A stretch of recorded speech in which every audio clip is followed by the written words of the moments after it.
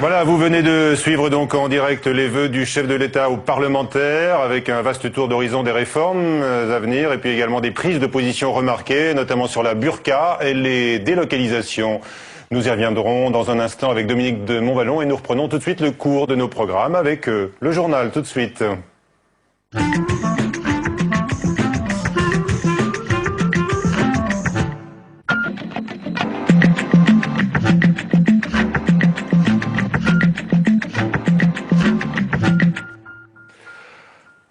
Un titre, bien sûr, domine l'actualité, le terrible séisme qui a frappé Haïti, qui commence péniblement à panser ses plaies et à compter ses morts, peut-être par dizaines de milliers, 100 000, avance le Premier ministre haïtien. La mobilisation internationale commence par ailleurs à s'organiser pour venir en aide à l'un des pays les plus pauvres et les moins organisés de la planète. La secousse de magnitude 7 a duré la nuit dernière une bonne minute et on ne compte plus les bâtiments écroulés dans la capitale, Port-au-Prince. Bérangère Dingla. C'est à quelques kilomètres de la capitale qu'est situé l'épicentre du séisme. L'urbanisation anarchique et la surpopulation de Port-au-Prince font craindre des pertes humaines importantes. Pour l'instant, toutes les communications avec Haïti sont coupées. Il est impossible pour les Haïtiens de France d'avoir des nouvelles de leurs proches. J'ai essayé toute la nuit de joindre ma famille par téléphone, mais sans succès. Et puis j'ai téléphoné à tout le monde, mais ce n'est pas possible. Cette catastrophe pourrait avoir fait des milliers de morts. 3 millions de personnes habitent dans la zone sinistrée et peu de bâtiments ont résisté. Même la cathédrale, le palais présidentiel et le siège local de l'ONU se sont effondrés, tuant leurs occupants. Ce matin, quand j'ai vu les images, c'est comme si j'avais reçu un coup de massue sur la tête. J'étais complètement paralysé de voir l'ampleur des dégâts. Sur place, les secours internationaux commencent à arriver. Médecins sans frontières a déjà accueilli 600 blessés dans ses centres à Port-au-Prince. Dans la soirée, l'association doit envoyer un hôpital gonflable. Les Haïtiens attendent beaucoup de l'aide française. Il faut dire que Haïti est la fille aînée de la France. Donc on attend un peu plus de la France par rapport à ce qu'ils avaient fait en 2004. Et lors des cyclones, Haïti avait bénéficié que de 15 000 €. Vous vous rendez compte, c'était ridicule. La France a déjà diligenté sur place 2 avions. Près de 200 sauveteurs devraient arriver dans les heures qui viennent sur le lieu du séisme. Puisque l'aéroport de Port-au-Prince, et c'est important, est opérationnel, a-t-on appris aujourd'hui. Avec nous, Ronnie Broman, ancien président de MSF. Bonsoir. Bonsoir. 100 000 morts, on le dit, ça en ferait une des catastrophes les plus meurtrières. Ce qu'on sait, c'est que c'est une catastrophe de très grande ampleur, que même les immeubles de très bonne qualité ont été détruits du fait de la nature particulière de ce séisme qui s'est produit en surface, donc qui est parmi les plus destructeurs.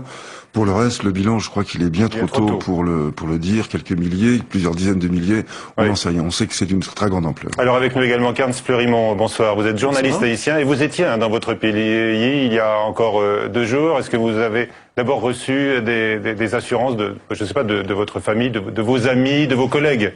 Oui, effectivement. Donc, j'étais en Haïti ce vendredi. Je suis rentré à Paris ce lundi. Et naturellement, donc, depuis hier soir, qui est vers 23h, qui est minuit, heure de Paris, et quand j'ai eu l'écho de ces cataclysmes, parce que c'est une première depuis 2 siècles, il faut le rappeler. Oui. Donc, naturellement, je peux essayer d'appeler à Port-au-Prince, la capitale, c'était impossible. Paradoxalement, en province, donc, j'ai pu accéder, donc j'ai eu des informations, parce que cela dit, c'est pas seulement à Port-au-Prince, dans les villes de province aussi, par exemple, la ville d'Ekaï, 3e ville du pays, aussi a été souffert. Alors, l'urgence aujourd'hui, on l'a dit, c'est de porter secours, car il y a de l'espoir pour les personnes qui sont ensevelies, les personnes qui ont survécu en tous les cas. Il faut faire vite, Ronnie Broman. Oui, on a quelques jours, 48 heures. C'est idéal. Parfois, on arrive à sortir des gens qui sont seulement blessés un peu plus tardivement. Mais enfin, ça, ce sont des exceptions. Donc, pour ce qui concerne le désencastrement, ça, c'est vraiment l'urgence, ce sont les 48 heures. Pour ce qui concerne les premiers secours, en général, l'hébergement, la nourriture, les petits soins, c'est pour l'essentiel localement que ça se passe, que ce soit à Haïti ou ailleurs. La solidarité locale joue. On a des tas de témoignages qui démontrent que, à nouveau, comme partout, elle joue également. Donc de ce point de vue-là, l'urgence est peut-être un peu moins pressante. Mais il y a également un point particulier qui semble être avéré aujourd'hui, c'est que la plupart des structures médicales ont énormément souffert. Les hôpitaux, les dispensaires, qui était déjà très peu accessible aux Haïtiens pauvres, à ceux qui n'ont pas les moyens de payer, car les soins sont payants à Haïti. Mais là, en plus, de toute façon, beaucoup sont détruits, y compris d'ailleurs des hôpitaux que Médecins sans frontières entretient là-bas. C'est la raison pour laquelle un hôpital sous-tente, enfin un hôpital gonflable, est envoyé comme substitut à un hôpital dans lequel nous étions déjà, mais qui est détruit. Les ONG sont déjà sur place. Il y a des ONG, il y a des ONG sur place, bien sûr. Haïti compte un certain nombre d'ONG, mais les ONG sont aussi dans une situation assez délicate, puisque elles-mêmes doivent recevoir des secours de l'extérieur pour pouvoir les distribuer. Alors pour l'instant, on reçoit des blessés, mais on va commencer à mettre en place une structure plus adaptée, plus appropriée pour cela. La destruction des hôpitaux, des centres de santé semble être là une des caractéristiques singulières qui fait que l'aide médicale est particulièrement urgente en ce moment. Alors, Carmes Fleurimont, est-ce que vous êtes rassuré d'une certaine manière de voir cette mobilisation internationale? La France, les Haïtiens comptent beaucoup sur la France, se mobilise. Elle a déjà envoyé quelques 200 sauveteurs. Aujourd'hui même, ils vont arriver sur place dans les heures qui viennent. Barack Obama a prononcé un discours à la Maison-Blanche. Aujourd'hui, vous l'avez suivi. Oui, bien sûr. Est-ce que c'est de nature déjà à apaiser? Oui, c'est évidemment c'est rassurant, puisque donc on l'a vu, bon, comme d'ailleurs, c'est pas la première fois d'ailleurs que l'année dernière que Haïti était justement sur l'ampleur de diverses catastrophes, c'était cyclonique. Donc cette fois-ci c'est des séismes. Donc et cela dit donc l'ampleur de cette catastrophe est d'autant plus frappant, c'est du fait qu'on a vu, c'est surtout la quasi-totalité des bâtiments publics. Or, en général, quand il y a ces genres de catastrophes dans les différents pays, on a vu donc les gens se refugient dans ces lieux qui sont des monuments. Parce que quand on voit la cathédrale de la capitale, la cathédrale de Port-au-Prince, est effondrée, il reste plus rien. Quand on voit le palais présidentiel, c'est pas n'importe quel bâtiment. Ce bâtiment qui date du début du siècle dernier, c'est vraiment c'est costaud. Donc on a vu, donc ce matin j'ai vu les images, j'arrivais pas à y croire. Donc c'est pour dire l'ampleur de ça. Et là, j'en profite pour parler de solidarité internationale. Naturellement, Haïti est le pays où il compte plus d'ONG par tête d'habitants. Naturellement, il y en a énormément de gens en Haïti sur l'ensemble du territoire. Naturellement, la solidarité va jouer grandement parce que moi j'étais à Port-au-Prince il y a moins de 8 jours. Donc j'ai vu donc Médecins sans frontières, Médecins du monde, ils sont tous là. Je suis certain qu'ils vont faire tout ce qui sont dans leur pouvoir et qui sont capables de faire pour venir au secours de la population. Alors on imagine votre douleur en voyant ces images, effectivement, en les découvrant avec nous. Est-ce que vous étiez aussi en colère, parce qu'on peut parler d'Haïti comme d'une île maudite à bien des égards, quand on reprend son histoire politique? Oui, absolument. Donc ce matin, j'ai écouté quelqu'un, c'est un Haïtien de Paris qui parlait. Bon, lui, il veut pas entendre ces mots. Ben, évidemment, donc il maudite. Il maudite. Il maudite. Pour lui, c'est plutôt un pays, puisque donc il y a la solidarité déjà nationale et joue tellement, et plus la solidarité internationale à chaque fois. Mais bon. Le problème, là, c'est cette catastrophe naturelle, et je lisais justement de la presse française aujourd'hui, Le Monde en particulier pour la citer, effectivement, ce séisme n'a été prévu par aucun expert. Donc là, c'est-à-dire même si on voulait faire quelque chose, même si les autorités haïtiennes en général qui traînent les pieds sur les choses, là on peut pas les reprocher pour la simple et bonne raison, personne, même les experts, il faut dire que normalement il y a des experts à Miami qui suivent ces genres de l'évolution, des plaques tectoniques et autres. Là, personne n'est au courant, c'est-à-dire il n'y a pas de signe avant-coureur annonçant quelque chose allait se passer de telle ampleur. Donc à partir de là, nous sommes quasiment et vraiment, on pouvait rien faire. Démunis. Donc démunis. Comme c'est le cas aussi en cas de tornade, puisque les habitations sont frêles par ailleurs. Il y a beaucoup de bidonvilles. Mais là plus ou moins. Donc en général, on annonçait le cyclone. Mais là, on pouvait rien faire parce que là c'est le fait ce sont les éléments qui se sont déchaînés sur un pays. Un dernier mot, Ronnie Broman, on peut dire que l'absence d'infrastructures, le manque d'infrastructures dans ce pays va rendre quand même les opérations encore plus compliquées que partout ailleurs. Oui, quand tous les bâtiments publics sont par terre, il faut s'installer à côté, d'où par exemple cet hôpital gonflable. Il faut quand même signaler que les ressources humaines, pour parler en termes managériaux, par exemple dans le domaine que je connais bien, la médecine, sont de très grande qualité. Haïti a cette particularité d'avoir une population extrêmement pauvre, des revenus globaux extrêmement bas, mais en même temps une classe scientifique, littéraire, intellectuelle extrêmement sophistiquée. Et les médecins n'ont rien à envier du point de vue de leur capacité à leurs collègues français. Simplement, il faut, dans cette situation de submersion de structures qui sont elles-mêmes déjà affaiblies, il faut aller les épauler. Voilà, merci messieurs d'avoir apporté ces précisions ce soir. Voilà ce qu'on pouvait dire donc sur la situation à Haïti. On note que les ONG bien sûr reçoivent vos dons et vous pouvez également adresser vos chèques à la Fondation de France. Nous ouvrons maintenant la page politique de ce journal. Dans un instant donc Dominique de Montvalon reviendra. Il livrera son commentaire sur les vœux de Nicolas Sarkozy que nous avons suivis il y a quelques instants en direct, les vœux aux parlementaires. Et puis notre invité, notez-le, sera Alix Bouillaguet, auteur de La Carpe et le Lapin, qui a révélé l'existence d'un pacte entre le chef de l'État et son Premier ministre pour le maintien de ce dernier au moins jusqu'en 2011. Après la charge de Patrick Devedjian hier qui avait accusé le Conseil constitutionnel de prendre des décisions politiques, le commentaire aujourd'hui de François Fillon. Nous avons été surpris par la censure de la taxe carbone, a lancé le Premier ministre lors des questions au gouvernement à l'Assemblée nationale. Notez également que Jean-Pierre Raffarin sera tout à l'heure l'invité de Face à nous à 19h. Une proposition débattue au Sénat aujourd'hui pour aider les familles qui accompagnent un parent en fin de vie pour encourager la prise d'un congé spécial. Une allocation pourrait voir le jour. Flora Sauvage. Psychologue à la Ligue contre le cancer, Christiane Foria anime des groupes de parole pour les personnes qui accompagnent leurs proches en fin de vie. En l'absence de rémunération du congé d'accompagnement, elle constate que la plupart se mettent en arrêt maladie pour accompagner leurs proches. Comment faire quand on n'a pas de revenus financiers, quand on n'a pas de rentrée d'argent pour s'occuper des siens? C'est très compliqué. C'est pour cette raison qu'une proposition de loi vise à créer une allocation journalière. Christiane a accompagné son mari atteint d'un cancer vers la mort. L'agonie a duré 1 an. La proposition de loi prévoit une allocation d'une durée de 3 semaines d'un montant de 49 €. Elle aurait aimé en bénéficier, mais des interrogations demeurent. Est-ce que c'est 3 semaines consécutives ou bien est-ce que ces journées peuvent être dissociées déjà? Parce que, je ne voudrais pas tomber dans le pathos, mais on ne sait pas quand la personne va partir. Dans cet établissement de soins palliatifs, la mesure est accueillie favorablement. Seul bémol, la durée de versement limitée à 3 semaines. Qui sommes-nous pour prédire 3 semaines de durée de vie? Comment est-ce qu'on va pouvoir dire c'est maintenant? Alors je vais peut-être prendre mon congé un peu trop tôt, accompagner la personne donc, qui m'est chère chez moi, et puis manque de chance, elle va mourir au bout de 5 semaines. Ça veut dire quoi? Est-ce que ça veut dire qu'il faut que je reprenne le travail au moment de son décès?